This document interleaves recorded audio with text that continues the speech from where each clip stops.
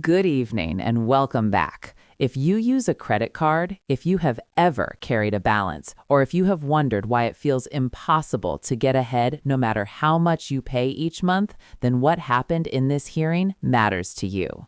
Before we dive in, make sure you subscribe to the channel so you do not miss breakdowns like this that cut through the noise and explain what is really happening in Washington. Senator Reid.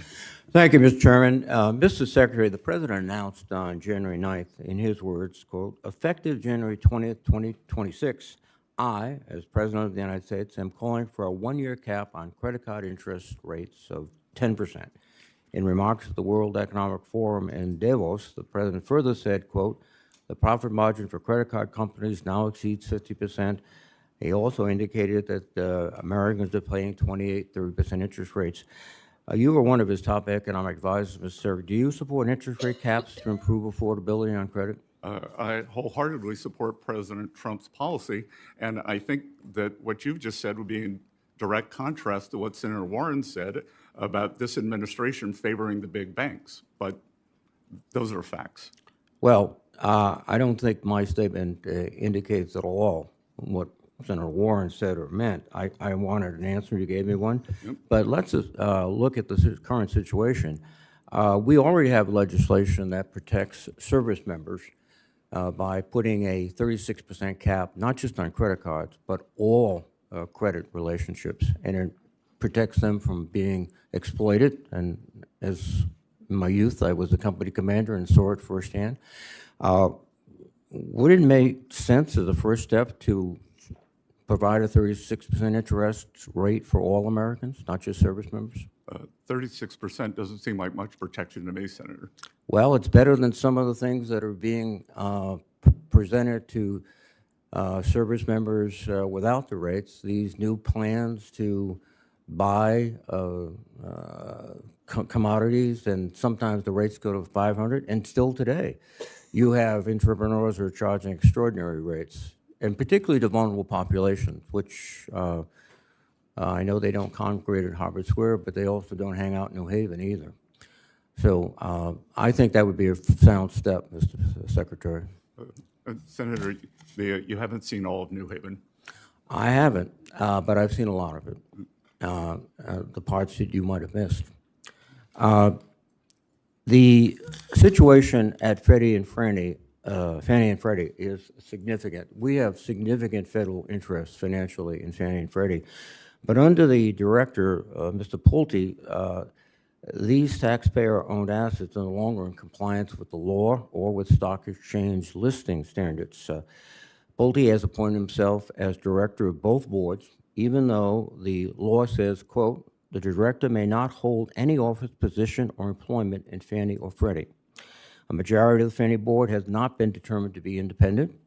The audit committee is no longer comprised entirely of independent members, and the governance has been sacked by political affiliates. These all are prohibited by law and regulation, so how will you bring them into compliance, Mr. Secretary? That would be FHFA, not Treasury. Excuse me. You are one of the largest, or the taxpayers are.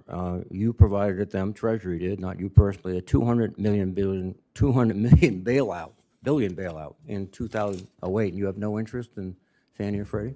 I'm very interested in Fannie and Freddie, and I'm interested in fulfilling the mission to the American people to keep mortgage rates low. What about following the laws? So again, you should ask Director Pulte. I do not see I don't think this creates a. Well, all right, you have nothing to do with Fannie and Freddie. Director Pulte has said that you and him are, quote, very aligned, and we meet regularly about the conservatorship. By the way, it's in conservatorship because of Secretary Paulson, your predecessor. According to Fannie and Freddie's annual reports, the companies, quote, continue to rely on financial support from Treasury pursuant to our senior preferred stock purchase agreement, under which taxpayers own 1 million preferred shares and a warrant to purchase up to 80% of their shares. Treasury staff manages those shares and warrants for the taxpayers. Your predecessor, Hank Paulson, placed these companies into conservatorship. So you have the premise or the power to place Fannie and Freddie into conservatorship, I would think that that gives you a little bit of leverage talking to Mr. Pulte about why he's not following the law. You're reneging on responsibilities, Mr. Secretary.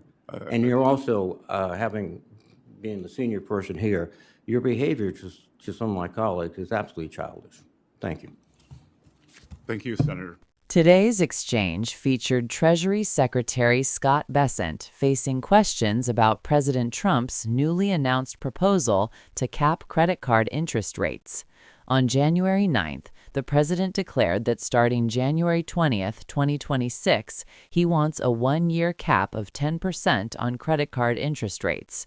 That is a dramatic proposal in a country where many Americans are currently paying interest rates hovering between 28 and 30%. At the World Economic Forum in Davos, the president went even further, claiming that profit margins for credit card companies now exceed 60%. That number alone raised eyebrows across the financial world because it challenges the long-standing argument that high interest rates are necessary to offset consumer risk.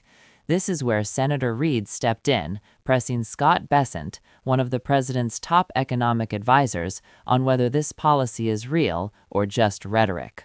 Bessent did not hedge. He said he wholeheartedly supports the president's policy.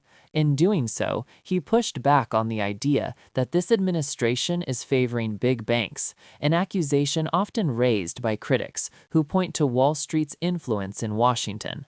But support in theory is very different from implementation in practice, and Senator Reid made sure to highlight that gap. Before we go further, take a second to subscribe if you want clear explanations of complex policy debates like this one. It helps the channel and keeps you informed. The senator shifted the conversation to something that already exists, the Military Lending Act. Under current law, service members are protected by a 36% cap on interest rates across all forms of credit, not just credit cards. The goal is to prevent exploitation of people who are often young, financially inexperienced, and under intense pressure. Senator Reid spoke personally here, referencing his time as a company commander and witnessing predatory lending firsthand.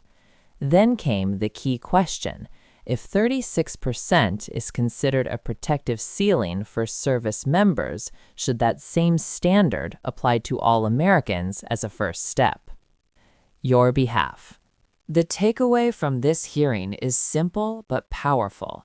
Even top economic officials are acknowledging that current interest rates are indefensible. Whether the president's 10% cap becomes law or not, the conversation has shifted. What was once considered normal is now being openly questioned, and that alone signals a potential turning point in how America approaches consumer debt.